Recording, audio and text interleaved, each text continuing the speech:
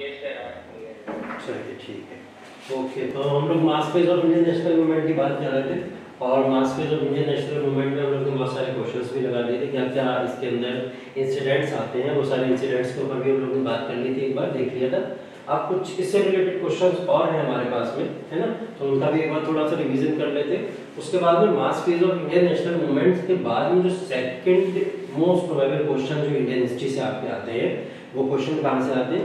वो क्वेश्चन आते हैं आपके फर्स्ट फेज और second phase of Indian national movement से, ठीक है। फर्स्ट फेज और second phase of Indian national movement की बात जब हम लोग करेंगे, तो हम लोग बात कर रहे हैं इंडियन नेशनल मूवमेंट के कांग्रेस के सेशन की बात, जब कांग्रेस का एस्टेब्लिशमेंट हुआ तो उसकी बात कर रहे हैं। 1885 से लेकर 1915 तक का हम लोग उसके अंदर बात करेंगे। 1915 से 2-3 साल ऊपर नीचे की बातें हो जाएंगी, ठीक है। तो mass phase of Indian national movement में यहाँ तक हम लोग जो बातें कर रहे थे, उसके आगे बढ़ते हैं। उसके आगे ये सारी चीजें हम लोग ने कर ली थी, आप लोग ने देख ली थी, बहुत सारे क्वेश्चन भी हम लोग ने कर लिए थे इसके आगे, है ना। अभी तक किसी को कोई डाउट है इससे रिलेटेड? ठीक है, चलिए। कितने क्वेश्चन किए थे हम लोग ने, किसी को याद है उससे?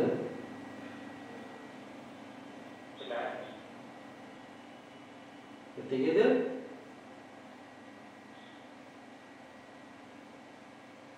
चलिए देख लेते हैं अभी। 19 या 20, आई थिंक 20 क्वेश्चन हो गया था। 20th क्वेश्चन के बाद में नेक्स्ट क्वेश्चन हम लोग को देखना था।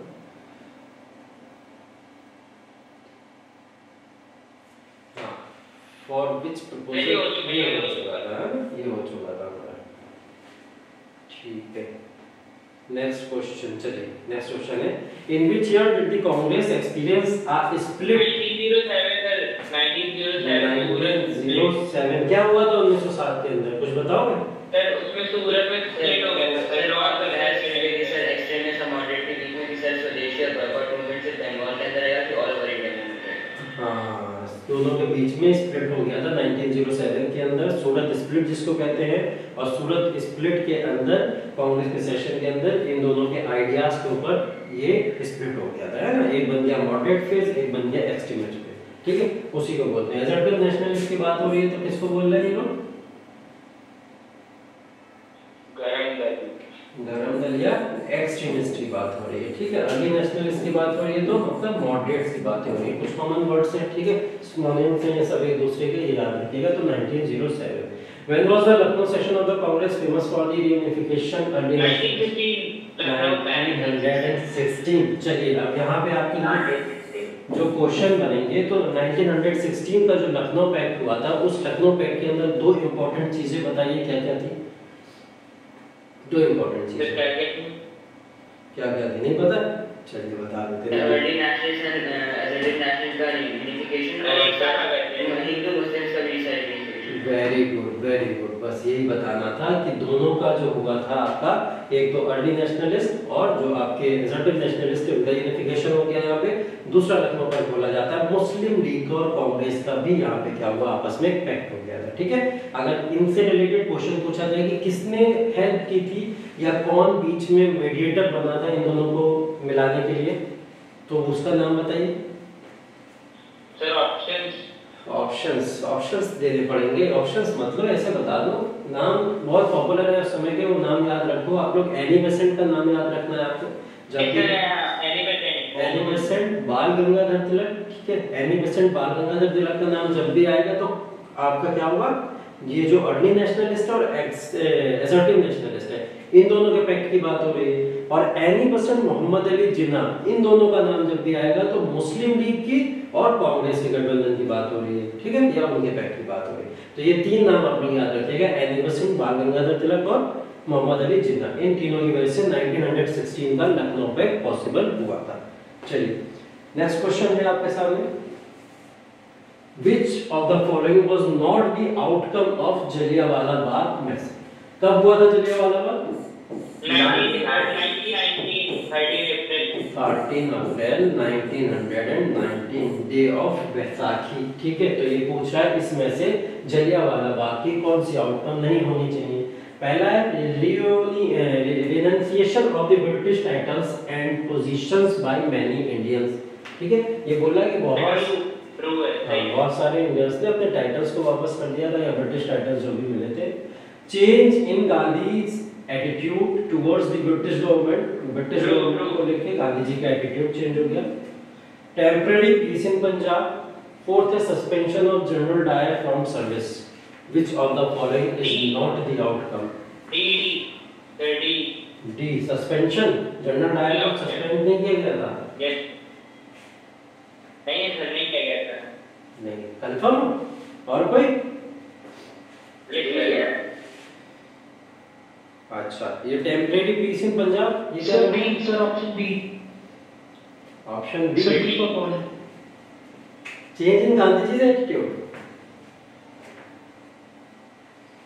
अच्छा, कंफ्यूजन है, 2-3 आंसर आ चुके हैं, मतलब कंफ्यूजन है। चलिए बता रहा हूँ मैं आपको, जलियांवाला बाग जो मैसेकर हुआ 1919 के अंदर, तो सबसे पहली चीज तो यही हुई है कि बहुत सारे ब्रिटिश टाइटल्स को, या जो पोजीशंस पे इंडियंस बैठा करते थे, उन पोजीशंस को यहाँ से उन्होंने वापस कर दिया था कि हमको नहीं चाहिए, आप अपने पास रखो। ठीक है, ये तो एकदम ट्रू है, आउटकम है ये उसकी। Change in Gandhiji's attitude towards the British government, हाँ ये भी ट्रू है। ठीक है, आउटकम ये भी है, क्योंकि गांधी जी का एटीट्यूड इससे पहले ब्रिटिश गवर्नमेंट को लेके क्या था कि वो चाहते थे कि ब्रिटिश गवर्नमेंट भारत के अंदर अगर रूल कर रही है तो एक जो मॉडरेट फेज वाले लोग कहते थे ना, पेटिशन, प्रेयर्स, या इस टाइप का एटीट्यूड गांधी जी का थोड़ा था कि हम सामने वाले के मन को बदल सकते हैं अगर वो चाहेंगे, है ना। तो गांधी जी इसी तरीके से एक डेवलपमेंट का दौर चल रहा था। गांधी जी के रिलेशनशिप ब्रिटिशर्स के साथ में बहुत अच्छे थे, दोस्ती बहुत अच्छी रहती थी, लेकिन जैसे ही जलियांवाला बाग हुआ, गांधी जी का एटीट्यूड एकदम सडन चेंज हो गया, क्योंकि गांधी जी को लगा ये लोग बहुत बड़े तरीके से ऐसे किलिंग कर सकते हैं, तो ये अच्छा नहीं है भारत के लिए, आगे चल के बहुत नुकसान कर सकता है। इसलिए गांधी जी ने अपना एटीट्यूड यहाँ से चेंज किया और इंडिपेंडेंस की तरफ चले गए कि हमको ब्रिटिशर्स से इंडिपेंडेंस चाहिए। ठीक है, तीसरी चीज है टेम्परेरी पीस इन पंजाब। अब मुझे ये बताओ, रॉलेट एक्ट आ गया था सर, रॉलेट एक्ट आ गया था, तो रॉलेट एक्ट से क्या लेना देना? सर उसमें कोई भी किसी को भी कभी भी सर गिरफ्तार कर, हाँ वो तो कर सकता था, तो ट्रू हो गया। नहीं, जब जलियांवाला बाग मर्डर हुआ था, जलियांवाला बाग हुआ था, तो रॉलेट एक्ट उससे पहले आ चुका था ना। रॉलेट एक्ट तो यहाँ रॉलेट एक्ट पहले आ गया, रॉलेट सर उसके बाद भी सर ऐसे बताया जाता है। हाँ देखो, रॉलेट एक्ट पहले आ चुका था, रॉलेट एक्ट चल रहा था, उसी की वजह से जलियांवाला बाग हो गया, हजारों में लोग मारे जा रहे हैं। तो आपको लग रहा है जब इतने हजारों में लोग मारे जा रहे हैं तो वहां पे किसी तरीके का पीस एस्टेब्लिश होगा? लोग प्रोटेस्ट के लिए रोड पे उतर आए थे उसके बाद में। ठीक है, टेम्परेरी पीस इन पंजाब का मतलब है कि तुरंत वहां पे थोड़े टाइम के लिए शांति हो गई, बाद में फिर वहां पे हंगामे हुए होंगे। ऐसा नहीं हुआ था। पंजाब के अंदर क्या हुआ था, अमृतसर के अंदर जब जलियांवाला बाग हुआ, तो जलियांवाला बाग के बाद में वहां पे ये चीज होना स्टार्ट हो गई। इवन कई जगह लोगों ने प्रोटेस्ट करना स्टार्ट कर दिए, गांधी जी से लेके बहुत बड़े बड़े लीडर्स भी इसके प्रोटेस्ट में आगे बढ़ना शुरू कर दिए थे, तो प्रोटेस्ट होना स्टार्ट हो गए थे। वहां पे एक तरीके से पूरी तरीके से अशांति बन गई थी, है ना। तो टेम्परेरी पीस इन पंजाब नहीं होना चाहिए, suspension of General Dyer. Suspension, ये जनरल डायर था, इसको सस्पेंड कर दिया गया था सर्विस से, क्योंकि इसके ऊपर आरोप लगे थे कि आपकी वजह से बहुत बड़े लेवल पे किलिंग हुई है। इसको सस्पेंड कर दिया गया था यहाँ से, इंडियन सर्विसेज से सस्पेंड करके इसको भेज दिया गया इंग्लैंड के अंदर। और इंग्लैंड के अंदर जब इसको भेजा गया था तो इसको अवार्ड दिया गया था कि आप बहुत बड़ा काम करके आए हो, अच्छा काम करके आए हो, अपनी सर्विसेज को आप बहुत अच्छे से यूटिलाइज कर रहे हो। ठीक है, जो कि बहुत गलत बात है। हाँ पूछो।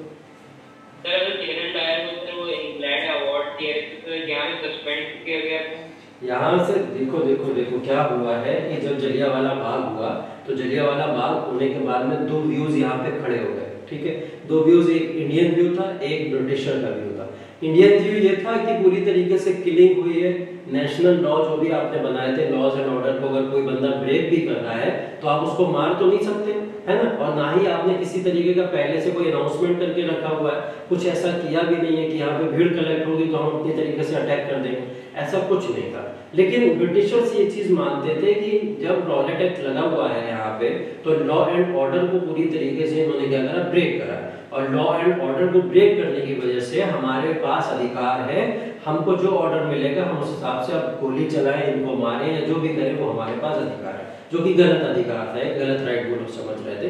तो इसको जब इंडिया के ऊपर बहुत बुरी तरीके से प्रोटेस्ट होने लगा कि पंजाब के अंदर जो जलियांवाला हुआ है, तो जनरल डायर को वहां सर्विस से हटा दिया गया। यहाँ के गवर्नर ने क्या करा, तुरंत जनरल डायर को सर्विस से हटा दिया, यहाँ से कि इंडिया में प्रोटेस्ट नहीं कम होने की नाम ले रहा था, तो वो प्रोटेस्ट को कम करने के लिए इसने यहाँ से हटा दिया। लेकिन जब ये यहाँ से हटके इंग्लैंड चला गया, वापस गया, तो इंग्लैंड के अंदर उसको अवार्ड दिया गया इस चीज को लेके कि आपने लॉ एंड ऑर्डर को मेंटेन करने के नाम पे वहां जो किलिंग की है वो किलिंग सही की है, जो कि एकदम इलॉजिकल और पूरी तरीके से गलत था। इसलिए भारत में इसका प्रोटेस्ट फिर से होने लगा, क्योंकि इसको अवार्ड क्यों दिया जा रहा है, क्योंकि इसने भारत में किलिंग की थी। ठीक है, तो जो ब्रिटिशर्स ने वहां पे किया था वो गलत किया था, है ना। इंडिया का व्यू यही था कि ब्रिटिशर्स ने वहां पे गलत करा, इसको अवार्ड नहीं देना चाहिए था, वो गलत किया था, है ना। इंडिया का व्यू यही था कि जनरल डायर को पनिशमेंट मिलनी चाहिए। पनिशमेंट का मतलब सस्पेंशन तो हो गया था इसका, सस्पेंशन के साथ साथ में इसको पनिशमेंट 1000 लोगों की किलिंग का कम से कम कैपिटल पनिशमेंट तो मिले। ऐसा हुआ नहीं, ये उल्टा इसको अवार्ड दे दिया। तो ये दो व्यूज थे वहां पे, तो इसलिए इसका ये रहा था। ठीक है, तो इसका आंसर हम लोग देख लेते हैं। Temporary peace in Punjab is not the outcome. ठीक है, बाकी सब हुए थे रीजन जलियांवाला बाग की वजह से। क्लियर है क्वेश्चन? चलिए ठीक है, नेक्स्ट क्वेश्चन देखते हैं। नेक्स्ट क्वेश्चन है द रॉलेट एक्ट। ये बताया आप लोग को, सिंपल सा क्वेश्चन है, कब हुआ था बस 1919 के अंदर बताया। नेक्स्ट क्वेश्चन देखिए, नेक्स्ट क्वेश्चन है खिलाफत मूवमेंट सबसाइडेड बिकॉज ऑफ। ठीक है, खिलाफत मूवमेंट स्टार्ट क्यों हुआ था, इसका रीजन पूछ रहा है आपसे। ठीक है, सी। तो सी, अच्छा वाह, very good very good very good. C answer होगा इसका, accession of Kemal Pasha to the throne of Turkey. ठीक है, टर्की के अंदर ये खिलाफत मूवमेंट क्यों रेज हुआ था, क्योंकि वहां पे जो कमाल पाशा नाम का पर्सन था, इसने अपनी एक पार्टी बना ली थी। ठीक है, क्या एक पार्टी बना ली थी, रिपब्लिकन पार्टी जिसको बोला जाता था। और रिपब्लिकन पार्टी का ये क्या हुआ था, प्रेसिडेंट नियुक्त किया गया था। तो वहां पे क्या हुआ था, अब डेमोक्रेसी आ गई थी टर्की के अंदर, जो कि पहले अभी तक किंगशिप चला करती थी, ऑटोमन रूल वहां पे चला करता था, खिलाफत या खलीफा का रूल चला करता। तो उस खलीफत को खत्म करके क्या करा गया था, यहाँ पे इसने अपनी रिपब्लिक पार्टी के थ्रू प्रेसिडेंटशिप को यहाँ पे ले गया था। तो कमाल पाशा का एक्सेशन जो था वो रीजन था कहीं ना कहीं खिलाफत मूवमेंट के होने के पीछे, इनमें से चारों में से। बाकी और भी रीजन है, इनमें चारों में से ये रीजन। नेक्स्ट है with reference to the Indian freedom struggle which one of the following is the correct order. बताइए, डेट याद करिए और बताइए कौन सा सही होगा, करेक्ट ऑर्डर क्या होगा, पहले क्या हुआ है, बाद में क्या हुआ, उसके बाद क्या हुआ।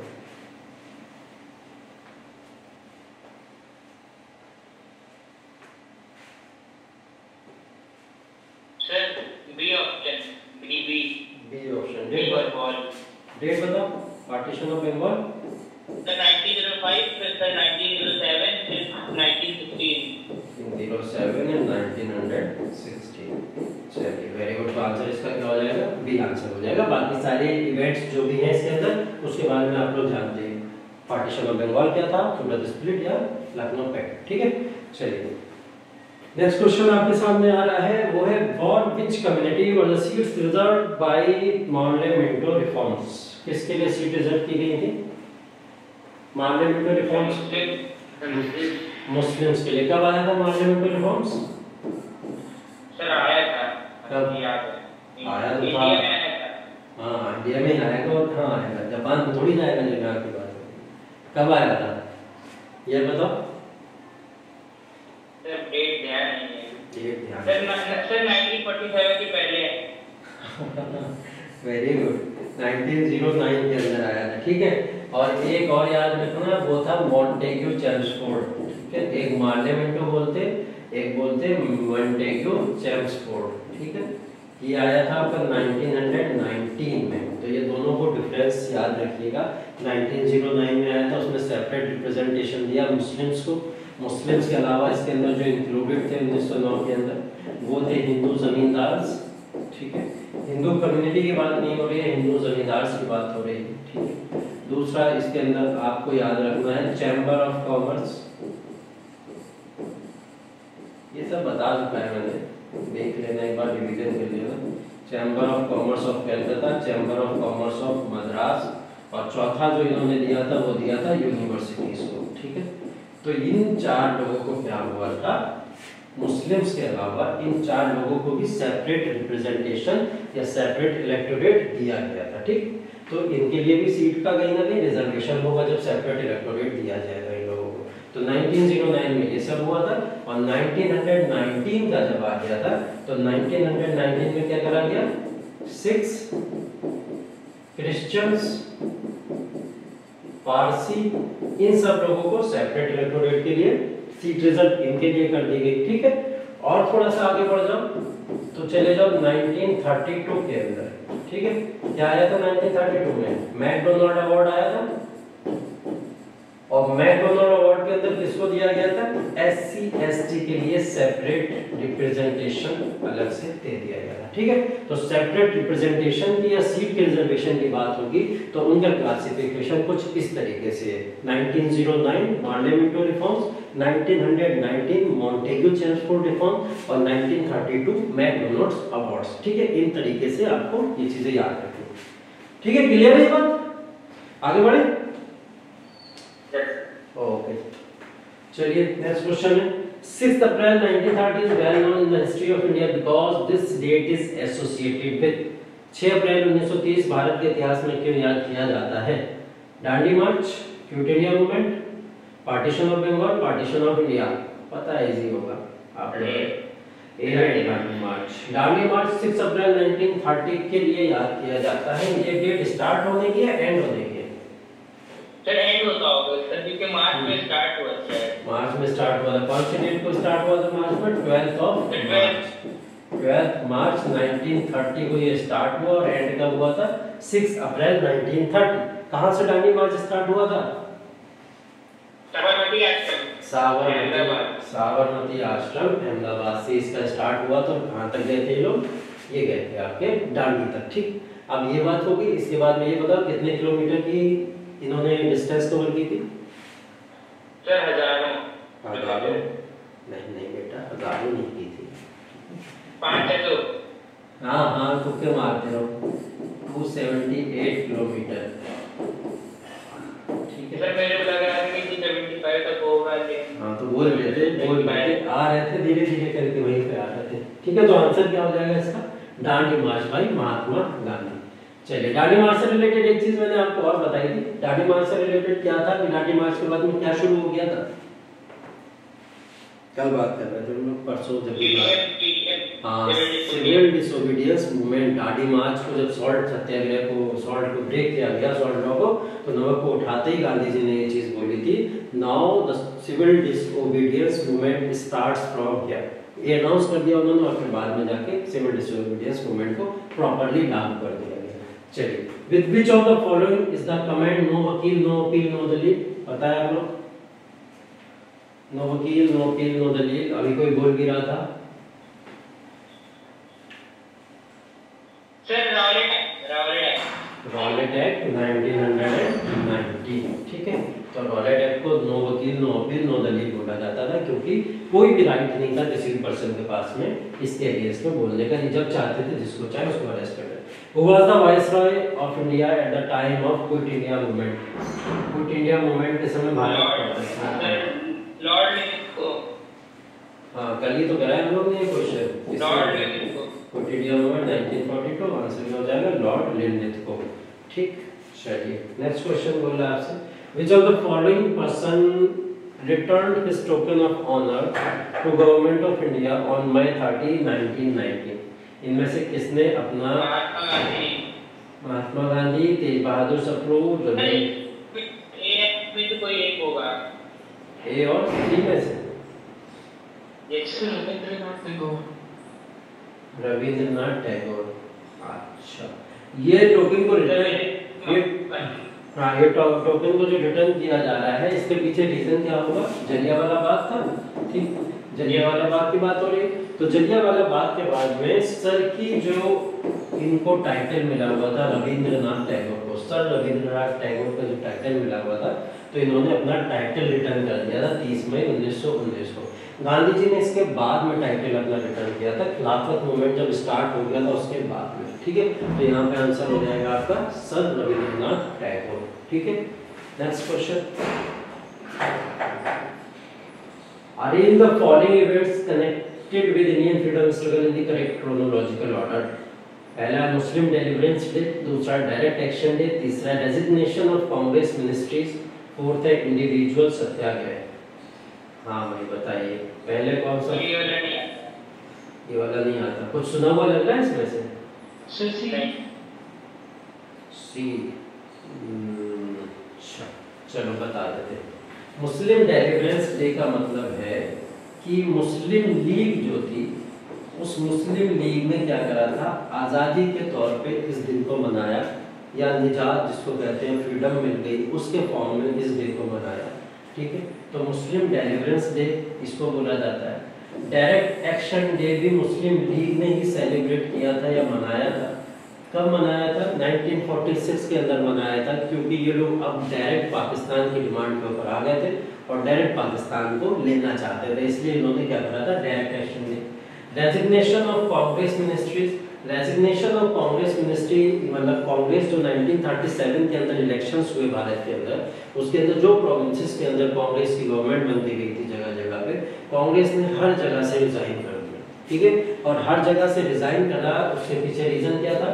वो रीजन ये था कि 1939 के अंदर जो वर्ल्ड वॉर सेकंड चल रहा था, उस वर्ल्ड वॉर सेकंड के अंदर इंडियंस को जबरदस्ती उस वॉर के अंदर भेजा जा रहा था, या उनको जबरदस्ती उस वॉर के अंदर इन्वॉल्व करने की कोशिश की जा रही थी। तो इन्होंने पूरी मिनिस्ट्रीज में साथ में क्या करा, रेजिग्नेशन दे दिया। ठीक है, इंडिविजुअल सत्याग्रह, इंडिविजुअल सत्याग्रह रिलेटेड है आपका अगस्त ऑफर से। कल बात कर रहे थे हम लोग, अगस्त ऑफर आया था 1940 के अंदर। तो अगस्त ऑफर को पूरी तरीके से कैंसिल कर दिया गया या मना कर दिया गया, हम अगस्त ऑफर को या अगस्त प्रपोजल को एक्सेप्ट नहीं करते। उसके अगेंस्ट में इंडिविजुअल सत्याग्रह को भारत के अंदर चलाया गया है ना। अब इनके डेट की बात कर लेते हैं। तो सबसे पहले 1939 resignation of Congress ministries, Bharat के अंदर जितनी भी कांग्रेस की सरकार बनी थी उन्होंने क्या करा, 22 दिसंबर 1939 के अंदर पूरी की पूरी मिनिस्ट्री ने रिजाइन कर दिया। ठीक है, अब उसी 22 दिसंबर को मुस्लिम डेलिवरेंस डे मनाया गया। मुस्लिम लीग ने बोला कि हमको कांग्रेस से आज़ादी मिल गई और कांग्रेस से आज़ादी मिलने के बाद हम इस डे को ऐसे सेलिब्रेट करेंगे। ठीक है, तो मुस्लिम डेलिवरेंस डे भी उसी दिन मनाया गया। अब इन दोनों के अंदर दोनों सेम डेट है, तो आप लोग इसको क्रोनोलॉजी में कैसे लगाओगे? वो ऐसे लगाओगे कि पहले तो कांग्रेस की मिनिस्ट्री रिजाइन करेगी ना, उसके बाद में ये लोग इसको डे को सेलिब्रेट करेंगे इस तरीके से। ठीक है, तो पहले इन्होंने रिजाइन कर दिया, तो रिजाइन करने के पहले सबसे पहले ऑप्शन आ जाएगा नंबर 3। ठीक है, और 3 के बाद मैंने उसी दिन बता दिया आपको 1। 3 किसी भी ऑप्शन में है नहीं, तो आंसर ये हो जाएगा इसका। उसके बाद देख लेते हैं इंडिविजुअल सत्याग्रह की जब बात हो रही है, तो अगस्त ऑफर कब आया? 1940 के अंदर आया। तो अगस्त ऑफर जब 1940 में आया था, तो उसी के बेस में क्या करा गया था, इंडिविजुअल सत्याग्रह को स्टार्ट कर दिया गया। और इसकी डेट याद रखिएगा 19 अक्टूबर 1940। 19 अक्टूबर 1940 को इंडिविजुअल सत्याग्रह शुरू कर दिया गया। और इंडिविजुअल सत्याग्रह से रिलेटेड अगर किसी पर्सन का नाम पूछा जाए तो नाम क्या है? विनोबा भावे। ठीक है, ये नाम आप लोग याद रखेंगे जब भी इंडिविजुअल सत्याग्रह की बात आएगी, तो नाम आपको याद रखना है विनोबा भावे का। ये पर्सन है जिनसे इंडिविजुअल सत्याग्रह गांधी जी ने इनको हैंड ओवर किया था स्टार्ट करने के लिए।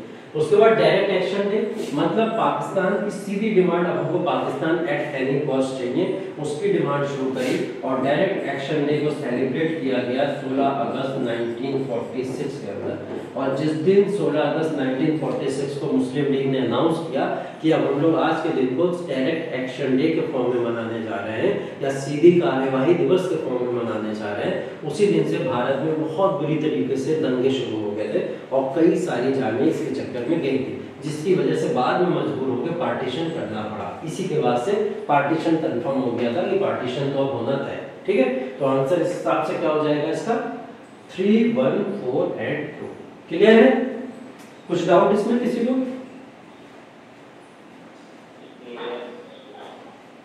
चलिए, तो ऐसे क्वेश्चन कभी कभी बन जाते हैं जो फैक्ट आपके ऐसे रिलेटेड होंगे, वो फैक्ट भी कभी कभी पूछ लेता है। चलिए देखिए, at which among the following session the All India Muslim League passed the Pakistan resolution on 23rd March 1940। 23 मार्च 1940 को इन्होंने पाकिस्तान रेजोल्यूशन दिया। कहाँ का? Lahore session. Lahore session is the correct answer. ठीक है, तो लाहौर सेशन इसका एकदम करेक्ट आंसर होगा। ठीक, चलिए, तो ये क्वेश्चन थे आपके मास फेज से रिलेटेड, ठीक है। अब मास फेज के बाद में हम लोग जो है थोड़े क्वेश्चन देख लेते हैं आपके फर्स्ट और second phase of Indian national movement में।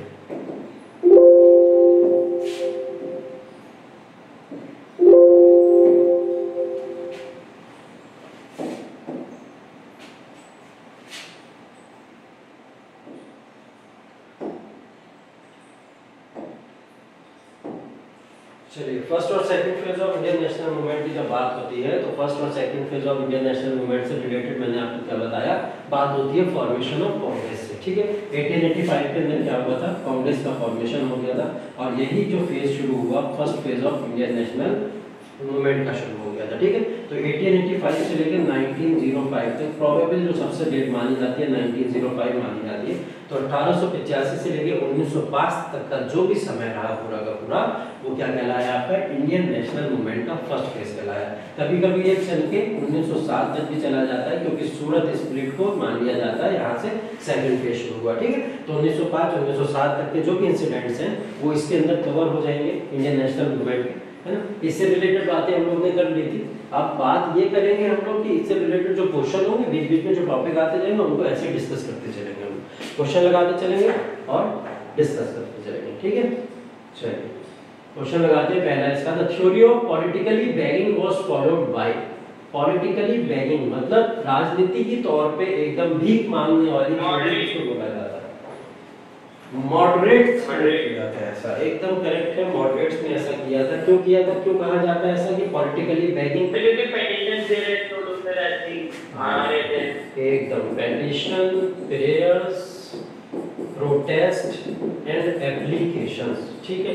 इसको बोला जाता है 3 P's 1 A, ठीक है। तो इस वाले कॉन्सेप्ट को ये लोग फॉलो किया करते थे, कौन, मॉडरेट्स लोग इस वाले कॉन्सेप्ट को फॉलो किया करते थे। इसी बात को एक्सट्रीमिस्ट ने इनको क्या बोल दिया कि आप लोग पॉलिटिकली बैगिंग या राजनीतिक तौर पे भीख मांग रहे हो अंग्रेजों से, हम लोग को आजादी दिलाने की बजाय, है ना। तो इसलिए मॉडरेट्स के लिए इस वर्ड का यूज किया गया।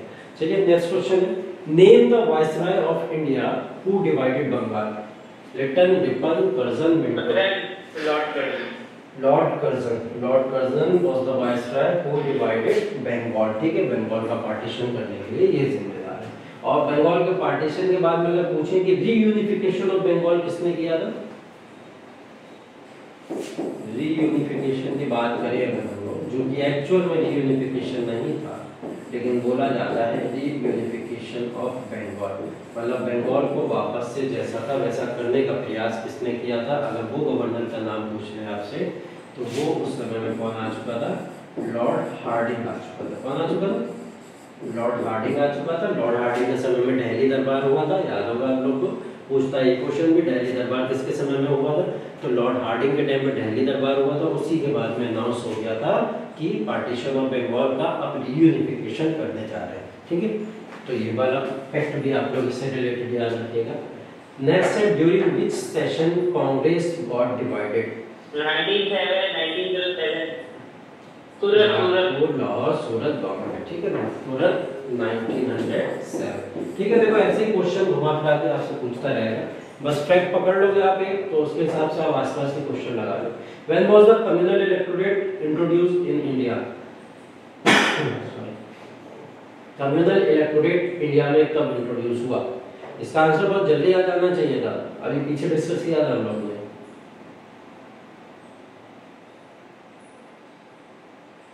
कम्युनल इलेक्टोरेट समझ रहे हो क्या बात हो रही है, ये क्या है, कम्युनल इलेक्टोरेट का मतलब क्या है भाई, सेपरेट इलेक्टोरेट ही तो है,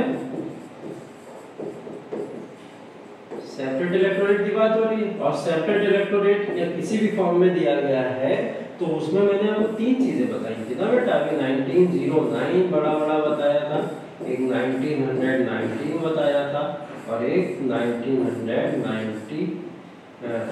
बताया था, ठीक है। इन 3 फॉर्म में सेपरेट इलेक्टोरेट या कम्युनल इलेक्टोरेट जिसको बोला गया, कम्युनल इसको इसलिए बोला जा रहा है कि 1909 के अंदर मुस्लिम्स को अलग से रिप्रेजेंटेशन दे दिया गया। मतलब वो लोग क्या करना चाह रहे हैं कि जो कम्युनल हार्मनी है एक इंडिया के अंदर हिंदू और मुस्लिम्स के बीच में, उसको ब्रेक करने के लिए इन्होंने इसको इंट्रोड्यूस किया। तो आंसर क्या हो जाएगा इसका, 1909 इज द करेक्ट आंसर। चलिए next. Which extremist leader was sentenced for 6 years imprisonment in the year 1908? 1908 में किसको 6 साल के लिए जेल की सजा हो गई थी? इनमें से बाल गंगाधर तिलक।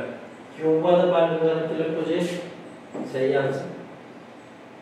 1908 में इनको जेल हो गई थी और 1914 के अंदर इनको जेल से रिहा किया गया था। ऐसा क्यों हुआ था कि इनको 6 साल के लिए जेल में भेज दिया गया बाल गंगाधर तिलक को?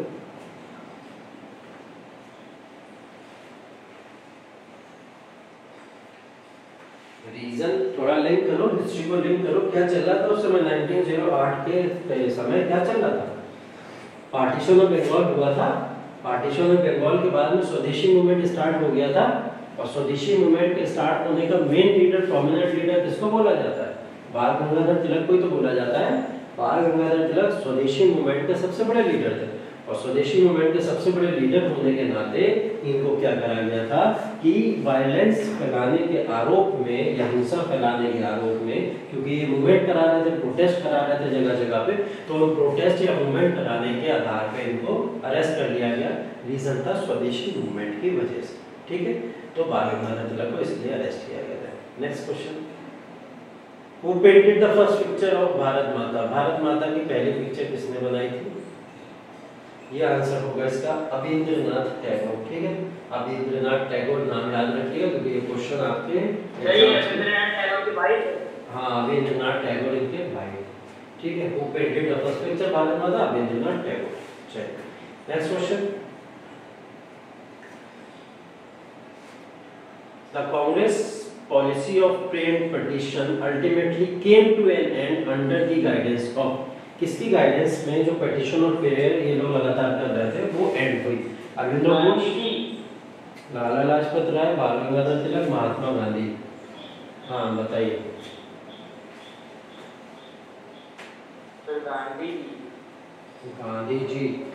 गांधी जी तो जब आए थे तो सेकंड फेज भी खत्म हो गया था इंडियन नेशनल मूवमेंट में, लगभग खत्म हो रहा था। फिर option B Lala Lajpat Rai. Yes sir. Extremist leader कौन कौन थे? नाम बताइए उनके एक बार। सर लाला लाजपत राय, बाल गंगाधर तिलक, लाल बाल पाल। ठीक है, लाल बाल पाल जिसको हम लोग कहते हैं, लाला लाजपत राय, बाल गंगाधर तिलक और विपिन चंद्र पाल, और साथ में अरविंदो घोष भी थे जिनका नाम भी याद कर लीजिए। तो लाल बाल पाल में सबसे स्ट्रॉन्ग लीडर कौन था जिसने इंडियन नेशनल मूवमेंट में सबसे ज्यादा योगदान दिया? बाल गंगाधर तिलक। और पूछ क्या रहा है यहाँ पे? किसकी गाइडेंस के अंडर में प्रे एंड पेटिशन जो कांग्रेस लीडर्स का था वो खत्म हो गया? तो लाल बाल पाल में जो सबसे स्ट्रॉन्ग लीडर था, जो लीडरशिप शुरू से करते चले आए थे, वो बाल गंगाधर तिलक थे, है ना? तो बाल गंगाधर तिलक ने ही इस पॉलिसी को आगे खत्म किया और इसके बाद में इंडियन नेशनल मूवमेंट को एक नया मोड़ दिया, जो कि एक रिवॉल्यूशनरी फेज या एक्सट्रीमिस्ट फेज आया, वो इनकी वजह से आया, बाल गंगाधर तिलक की वजह से आया। ठीक है, तो बाल Gangadhar Tilak is the correct answer. चलिए नेक्स्ट क्वेश्चन देखते हैं।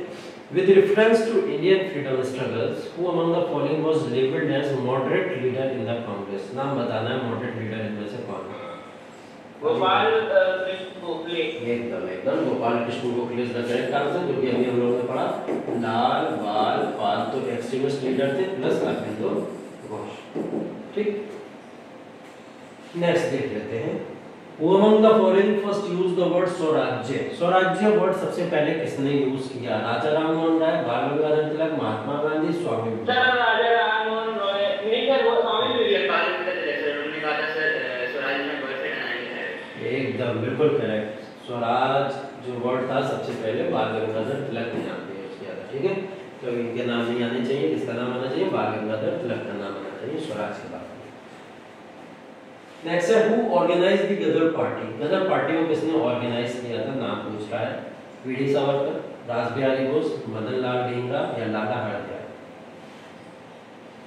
सुना इसका नाम गदर पार्टी? लाला लाजपत राय। लाला लाजपत राय तो है ही नहीं ऑप्शन में।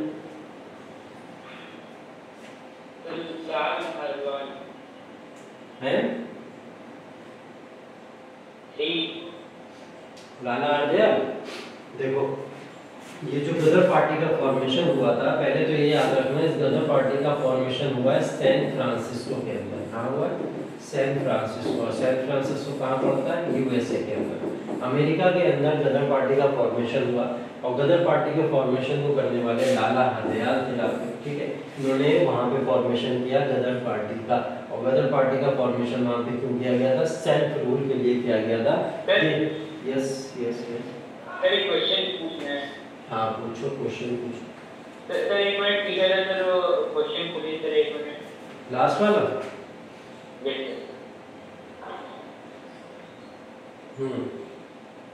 सर मतलब ये हमारे बुक में लिखा हुआ सर ये कि स्वामी दयानंद सरस्वती जो है उन्होंने स्वराज के लिए कहा था, लेकिन सर आंसर बाद में कैसे लगे?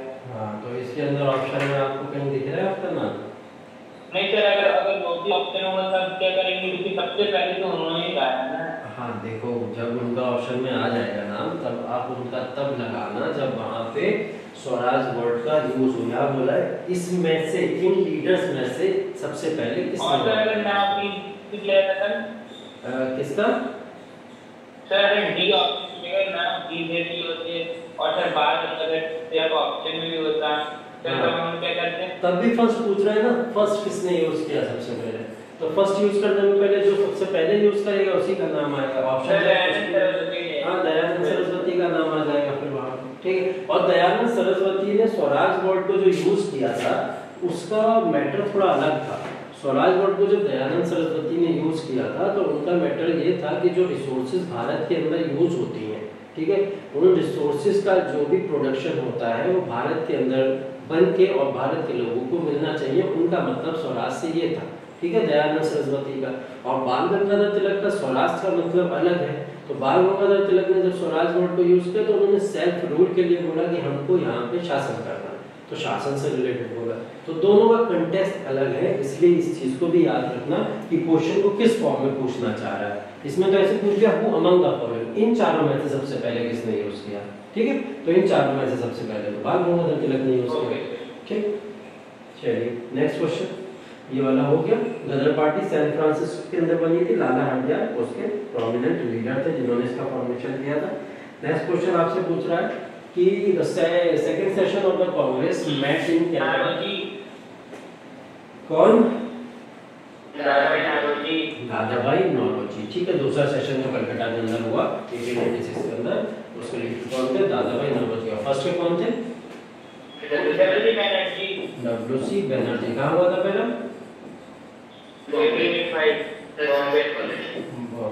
वेरी गुड, याद है आप लोग को।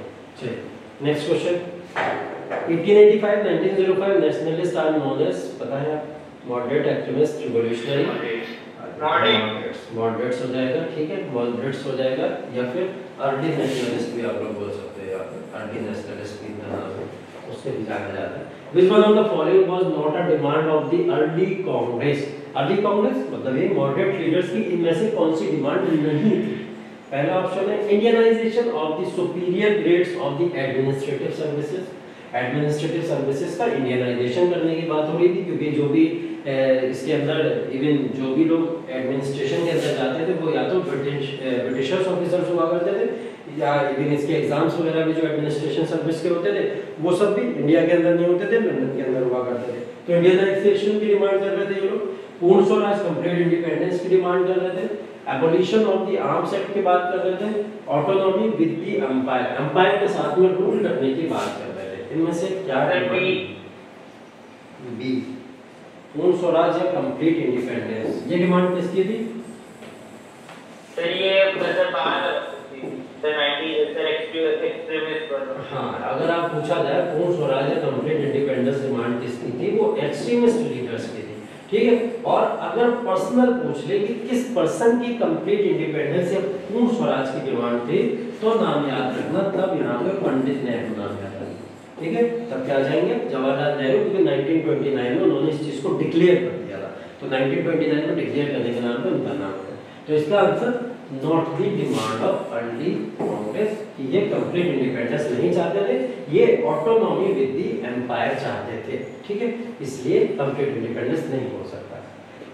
चलिए, एबोलिशन ऑफ आर्म्स एक्ट जो है, आर्म्स एक्ट का एबोलिशन या आर्म्स एक्ट था ये 1878 के अंदर आया था, ये भी याद रखना। ये आया लॉर्ड लिटन के समय में, ठीक है, लॉर्ड लिटन के समय में आया। इंडियनाइजेशन की बात हो रही है, तो इंडियनाइजेशन का मतलब 1861 का एक्ट आया था आपका, उसके अंदर इंडियनाइजेशन ऑफ सिविल सर्विसेज की बात हो रही थी कि इंडियनाइजेशन करा जाएगा, इस एक्ट को लेके आया गया, इंडियनाइजेशन की बात हुई, लेकिन इसको खत्म कर दिया गया। उसके बाद में क्या होता है, 1892 के अंदर एक एक्ट आया, वहां पे जाके इनकी डिमांड को फिर फुलफिल किया गया, ठीक है। हाँ कुछ पूछे? हाँ पूछे। सर 1928 में सर मैरिज रिपोर्ट आई थी सर, उसमें सर पंडित जवाहरलाल नेहरू ने कहा कि हमें सर डोमिनियन स्टेटस चाहिए, लेकिन सर एक साल बाद मार्च तक हम लोगों को कंप्लीट क्या बोला सर 1928 की सर नेहरू रिपोर्ट थी, उसमें सर पंडित जवाहरलाल नेहरू ने कहा था कि हमें डोमिनियन स्टेटस चाहिए। पंडित जवाहरलाल नेहरू नहीं, वो मोतीलाल नेहरू थे, पहली बात। हाँ आगे बोलो। हाँ सर, हाँ लेकिन सर फिर 1929 में सर लाहौर का जो सेशन बना, उसमें सर ये सर पूर्ण स्वराज के सर मांग करते हैं, सर ये कहते हैं तो दोनों अलग पर्सन है ना बेटा। मोतीलाल नेहरू फादर थे पंडित जवाहरलाल नेहरू के, और मोतीलाल नेहरू कह रहे हैं कि हमको डोमिनियन स्टेटस चाहिए, ठीक है, लेकिन इनके जो पुत्र हैं, हाँ तो पिताजी हैं, पिताजी और सन का पिताजी जो कहेंगे वो सही होगा, ये बात तो लॉजिकली ठीक नहीं हो सकती, हाँ संस्कारों के हिसाब से ठीक हो सकती है। अब क्या होता था उस समय, आइडियोलॉजी डिफर करा करती थी थोड़ी सी। आइडियोलॉजी ये थी, पंडित जवाहरलाल नेहरू का जो पढ़ना लिखना बचपन से जो भी उनका वो बीता था, वो एक्सट्रीमिस्ट लीडर्स के साथ में ज़्यादा गुजरा समय उनका, ठीक है। मोतीलाल नेहरू का ज़्यादा समय किसके साथ में गुजरा था, वो मॉडरेट लीडर्स के साथ में गुजरा था। तो आइडियोलॉजी यहाँ से डिफर होना शुरू हो गई। हर एक आइडियोलॉजी के फॉर्म में लोग लगभग सेम ही चल रहे थे, लेकिन डोमिनियन स्टेटस और कंप्लीट इंडिपेंडेंस की जब बात आ जाएगी, तो डोमिनियन स्टेटस चाहते थे मोतीलाल नेहरू, जिसको कैंसिल कर दिया और कंप्लीट इंडिपेंडेंस के फॉर्म में डिमांड करी किसने, पंडित जवाहरलाल नेहरू ने, ठीक है। तो दोनों इस पॉइंट ऑफ व्यू से, ठीक है, आइडियोलॉजी संगति से बनती है ना, तो वो चीज ध्यान रखो। चलिए नेक्स्ट क्वेश्चन है, which one of the following movement has contributed to a split in the Indian National Congress resulting in the emergence of moderate and extremist? पता है आप लोग? स्वदेशी मूवमेंट 1905 के अंदर ये स्वदेशी मूवमेंट की बात हो रही है, ठीक। ये आइडियोलॉजी तो डिफर हो गई थी, एक कह रहे थे कि हम लोग सिर्फ इसको बंगाल के अंदर चलाना चाहते हैं, और एक कहते थे कि ऑल इंडिया मूवमेंट इसका बनना चाहिए, मॉडरेट्स ऑल इंडिया। हाँ सर एक्चुअली तो अर्ली नेशनलिस्ट में सर ज्यादा सर अमीर कौन है? Yes sir. अमीरी का क्या करोगे? मैं सर जैसे कि तो जो डिसीजन लेते थे सर, जैसे इन सर लोगों को लेने होते थे वाइसरॉयज को, तो ज्यादा बात किसकी मानती है, एक्सट्रीमिस्ट की मानते की? देखो जिसने ऑर्गेनाइजेशन शुरू किया हुआ कांग्रेस का जो फॉर्मेशन हुआ था, कांग्रेस के फॉर्मेशन को बोला जाता है ये शॉक एब्जॉर्बर था ब्रिटिशर्स के लिए। तो ब्रिटिशर्स जब कांग्रेस को शुरू कर रहे थे, कांग्रेस को शुरू करते समय मैंने आपको पढ़ाया था ये वाली फिलॉसफी भी, कि जब ये कांग्रेस को शुरू किया जा रहा था, तो उस समय में जो मॉडरेट लीडर्स थे, जिनको 1885 से 1905 तक की बात होती है, वो प्रेयर्स, पेटिशन, एप्लीकेशन, प्रोटेस्ट, इन सब चीज़ों पे ज़्यादा रिलाई करते थे, और ब्रिटिशर्स से सबकी अच्छी दोस्ती थी, सब अच्छे से ब्रिटिशर्स के साथ में रहा करते थे। ऐसा कुछ नहीं था उस समय में ब्रिटिशर्स के बीच में और इनके बीच में, कांग्रेस के लीडर्स के बीच में, कि हम आपके गुलाम हैं और आप हमारे लीडर हो, ऐसा कुछ इन लोगों के बीच में नहीं था। ये डिमांड करते थे, अगर सही लगती थी उनको डिमांड तो वो पूरी कर देते थे, नहीं लगती थी तो नहीं पूरी करते थे। तो अच्छे रिलेशंस मॉडरेट लीडर्स के थे ब्रिटिशर्स के साथ में। जब रिवॉल्यूशनरी लीडर्स आना शुरू हो गए, एक्सट्रीमिस्ट लीडर्स आना शुरू हो गए, तब रिलेशन कांग्रेस के साथ में गड़बड़ हो गए, कांग्रेस के साथ में ब्रिटिशर्स के, क्योंकि 1908 के अंदर बाल गंगाधर तिलक को अरेस्ट कर लिया गया, और ऐसे ही जितने भी एक्सट्रीमिस्ट लीडर्स थे उन सबको किसी न किसी फॉर्म में कांग्रेस से हटाने की कोशिशें स्टार्ट कर दी, और उनको हटा भी दिया गया बाद। इसलिए 1915 तक कांग्रेस का एक्सट्रीमिस्ट फेज जो है, या 1917 तक जाते जाते पूरी तरीके से समाप्त हो जाता है, ज़्यादा समय नहीं हो पाया। ठीक है। तो ज्यादा अच्छे रिलेशंस मॉडरेट लीडर्स के थे इन लोग के साथ। क्लियर? Yes sir. चलिए नेक्स्ट क्वेश्चन आपसे ये कह रहा है which among the following was the most immediate factor for the spread of Swadeshi and boycott of foreign goods during the first decade of the last century। ठीक है, स्वदेशी and boycott of foreign goods किसकी वजह से हुआ था बताइए? कर्जन्स के पार्टीशन ऑफ बंगाल की वजह से 1905 रीजन क्या बना? स्वदेशी मूवमेंट और boycott of foreign goods. Even जो फॉरेन गुड्स थी उनको रोड पे लाके बर्न भी कर दिया गया था, जला भी दिया गया था, ये तक हमने देखने को मिला है। ठीक, नेक्स्ट क्वेश्चन है आपका, who proposed the drain wealth theory? पता है? दादाभाई नौरोजी। दादाभाई नौरोजी ने ड्रेन वेल्थ थ्योरी को इंट्रोड्यूस किया और इस थ्योरी के अंदर उन्होंने क्या बोला था? क्या बोला? जो इकोनॉमी रिसोर्सेज का एक्सप्लॉयटेशन हो रहा है, सिंपल भाषा में उन रिसोर्सेज के एक्सप्लॉयटेशन की बात ड्रेन वेल्थ थ्योरी के अंदर इन्होंने की है। ठीक है, चलिए नेक्स्ट क्वेश्चन। नेक्स्ट क्वेश्चन है, who started this segments of India society? Dadabhai Naoroji, Gopal Krishna Gokhale, Bipin Chandra Pal. Servants of India society की बात हो रही है। Sir Gopal Krishna Gokhale. Gopal Krishna Gokhale is the correct answer. ठीक है, सर्वेंट्स ऑफ इंडिया सोसाइटी का जो फॉर्मेशन हुआ था वो भारत के अंदर किया गया था और गोपाल कृष्ण गोखले ने किया था सर्वेंट्स ऑफ इंडिया सोसाइटी का फॉर्मेशन। क्यों? क्योंकि गोपाल कृष्ण गोखले जो थे वो आपके इससे रिलेटेड थे, मॉडरेट फेज के लीडर थे और मॉडरेट फेज के लीडर होने के नाते इन्होंने एक्सट्रीमिस्ट लीडर्स को भी समझाने के लिए थोड़ा सा, और जो एक्सप्लॉयटेशन रिसोर्सेज अंग्रेज कर रहे थे उनको भी समझाने के लिए, दोनों में एक सामंजस्य बैठाने के लिए इन्होंने सर्वेंट्स ऑफ इंडिया सोसाइटी का फॉर्मेशन किया। ठीक है, तो Gopal Krishna Gokhale is the correct answer. Next है, what were the constitutional demands of early nationalist? Early nationalist मतलब मॉडरेट लीडर्स की कॉन्स्टिट्यूशनल डिमांड्स क्या थी? Demand for the increase in membership of the legislative council. Legislative councils में number of membership या members को increase करना है। Members of the legislative council to be directly elected by the people. जो भी legislative councils में member elect होकर आएंगे उनको ब्रिटिश गवर्नमेंट इलेक्ट ना करे, वो पीपल इलेक्ट करेंगे directly, direct representation. Complete separation between executive and judiciary. जो कानून लागू कर रहा है, बना रहा है कानून, और जुडिशरी जो उसको क्रॉस चेक कर रही है। ठीक है, तो एग्जीक्यूटिव और जुडिशरी के बीच में एकदम सेपरेशन चाहते थे या सभी सही है? All of the above. अच्छा ठीक है, all of the above is the correct answer और यही इनकी पूरी की पूरी डिमांड्स थी। ठीक है, कॉन्स्टिट्यूशनल डिमांड। क्यों? इसलिए क्योंकि देखो मेंबरशिप लेजिस्लेटिव काउंसिल जो थी उस समय की, उस लेजिस्लेटिव काउंसिल के अंदर मैंने बताया था आपको कि मॉडरेट लीडर्स हमेशा चाहते थे भारत के अंदर जितने से ज़्यादा लोग पॉलिटिकली स्ट्रॉन्ग होंगे उतना ही भारत के लिए बेहतर होगा। तो ये पॉलिटिकली स्ट्रॉन्ग करने के लिए लेजिस्लेटिव काउंसिल, लेजिस्लेटिव असेंबलीज के अंदर लगातार रिप्रेजेंटेशन इंडियंस की डायरेक्ट इन्वॉल्व करने की बात करते रहते थे और ब्रिटिशर्स के सामने यही पेटिशन ये क्रिएट करा करते थे कि लेजिस्लेटिव काउंसिल में मेंबर्स को बढ़ाते रहिए।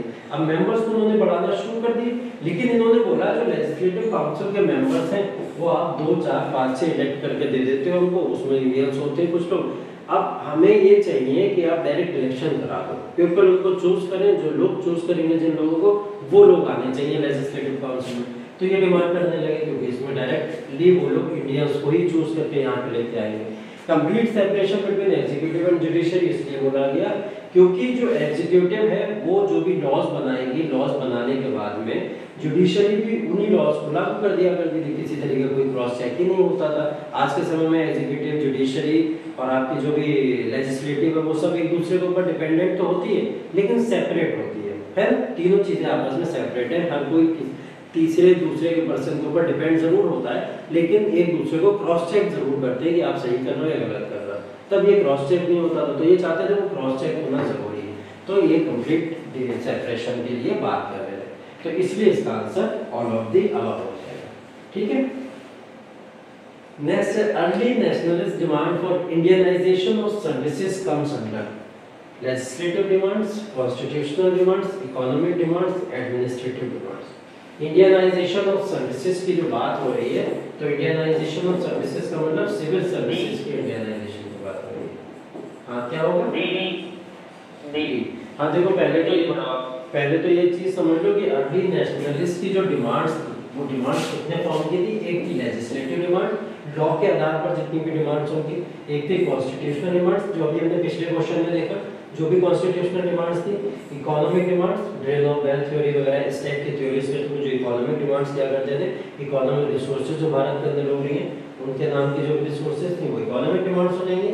और एडमिनिस्ट्रेटिव डिमांड्स की जब भी बात आएगी तो वो सर्विसेज से रिलेटेड आएगी, या सिविल सर्विसेज, या जो भी आईएएस आईपीएस की एग्जाम्स वगैरह हुआ करते थे उन एग्जाम्स की इंडियनाइजेशन की बात हो रही है, और सिविल सर्विसेज के अंदर इंडियंस को ज्वाइन कराने की बात हो रही है। तो ये एक तरीके से पूरी क्या हो जाएगी? प्रशासनिक या एडमिनिस्ट्रेटिव डिमांड हो जाएगी इसकी, है ना। तो इसका आंसर क्या हो जाएगा आपका? Administrative demands. 4 तरीके की डिमांड्स है आपकी, तो 4 तरीके की डिमांड्स को याद रखिएगा।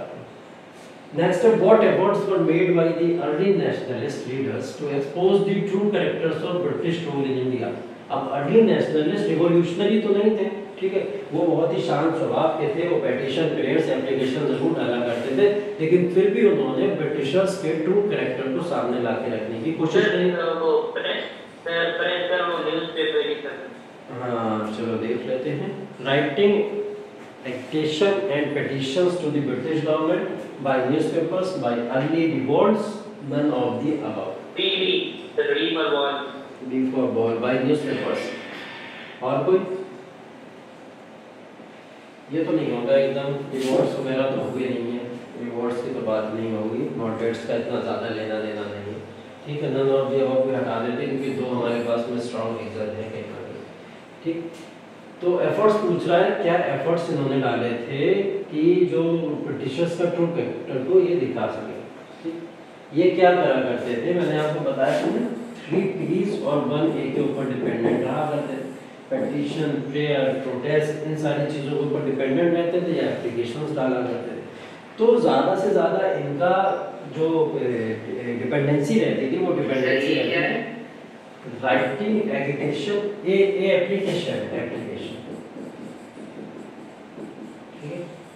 एप्लीकेशन मतलब प्रार्थना पत्र जिसको। तो writing education and petitions to the British government, ये ब्रिटिश गवर्नमेंट को लिखा करते थे, ठीक है। और उनको लिखने के बाद में ये क्या करा करते थे, उनसे रिस्पॉन्स लिया करते थे, और उन रिस्पॉन्स को पूरी तरीके से क्या करते थे, बाद में पब्लिश कराया करते थे सारी जगह, कि न्यूज़पेपर में भी पब्लिश कराते थे, मैगजीन्स में भी पब्लिश कराते थे। बहुत जगह पे कुछ ऐसी चीज़ें होती थी जहाँ तक लोगों तक न्यूज़पेपर मैगजीन्स नहीं पहुँच पाते थे, तो कुछ पैम्पलेट्स वगैरह के थ्रू भी पब्लिश करा दिया करते थे। तो ऐसे पब्लिश जब हुआ करते थे तो वो पब्लिश होने के थ्रू इन लोग के सामने ट्रू कैरेक्टर लोगों के सामने इन्होंने रखना शुरू करा। लेकिन वो ट्रू कैरेक्टर लाए कहाँ से? ये इन्होंने लिखना शुरू किया, पेटिशंस की ब्रिटिशर्स के सामने, और ब्रिटिशर्स के रिस्पॉन्स को बाद में शो करना शुरू किया, ठीक है। न्यूज़पेपर आप जब लेते हैं सिर्फ न्यूज़पेपर के थ्रू इन लोग ने उनके ट्रू कैरेक्टर को नहीं दिखाया। यहाँ पे और चीज़ें अगर ऐड होती, जैसे मैगजीन्स ऐड होती, पैम्पलेट्स ऐड होते, या कुछ बुक्स वगैरह ऐड होती, तब हम इसको करेक्ट आंसर मान सकते थे, ठीक है। आप कोई डाउट? लेकिन सर जो न्यूज़पेपर जो करते थे ऊपर उसी को ज्यादा था नहीं, न्यूज़पेपर देखो, हाँ न्यूज़पेपर आंसर इसलिए नहीं दिया जा रहा है यहाँ पे, न्यूज़पेपर आंसर इसलिए नहीं होगा क्योंकि न्यूज़पेपर के साथ में मैगजीन्स, पैम्पलेट्स, पोस्टर्स, बहुत सारी चीज़ों का यूज़ किया करते थे, तो मल्टीपल रिसोर्सेज थी। दूसरी चीज़ ये कि ट्रू कैरेक्टर न्यूज़पेपर के थ्रू दिखाने में कहीं ना कहीं डर ये भी रहता था कि उन मैगजीन्स को, न्यूज़पेपर्स को क्या करा जाता था, बंद कर दिया जाता था, है ना।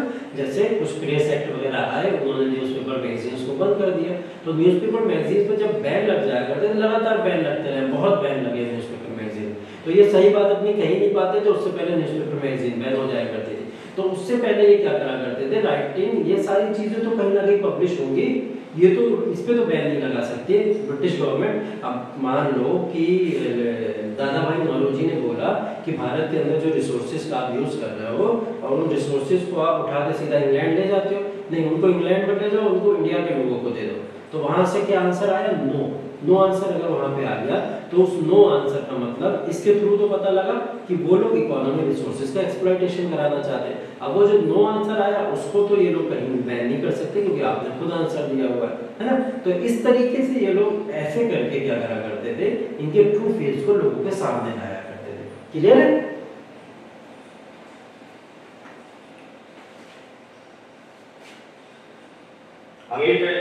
हाँ अभी क्लियर है। इसके बाद में क्या है, आपका जो फर्स्ट फेज से रिलेटेड मोस्ट प्रोबेबल क्वेश्चन है जितने भी, वो सारे क्वेश्चन हम लोग ने कर लिए।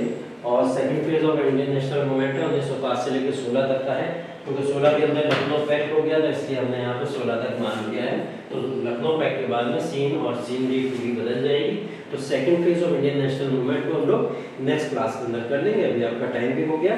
यहाँ तक किसी को कोई डाउट हो, किसी भी तरह की परेशानी, चलिए उसको बिल्कुल एकदम रिवाइज करते चलिए, क्योंकि ऐसे क्वेश्चंस और ऐसी चीज़ों का जितना भी रिवीजन आप करते चलेंगे, आपके एग्जाम में भी बहुत इंपॉर्टेंट है ये सारी की सारी चीज़ें। अभी रिवीजन कराने का मतलब सिर्फ और सिर्फ इतना ही है, और इसको अलग तरीके से रिवाइज करा रहा हूँ मैं। वहाँ मैंने आपको गवर्नर जनरल या वाइसराय के फॉर्म में सारे इवेंट्स पढ़ाए थे, यहाँ मैं आपको सेपरेट टॉपिक लेके पढ़ा रहा हूँ इस तरीके से, ठीक है। तो इसका मकसद सिर्फ इतना है कि इससे रिलेटेड आप जितने भी क्वेश्चंस कर पाओ, वो उतने क्वेश्चंस आपके सामने रख सके और उन सारे डाउट्स को क्लियर करते चलो आप, है ना। तो आपके एग्जाम में भी काम आएंगे, अभी स्कूल एग्जाम जो आपके हो रहे हैं, प्लस कहाँ काम आएंगे, NTSC के एग्जाम जो, तो नो डाउट बहुत काम आने वाले हैं, ठीक है। चलिए see you in the next class, तब तक के लिए थैंक यू। हाँ चलिए, गुड नाइट।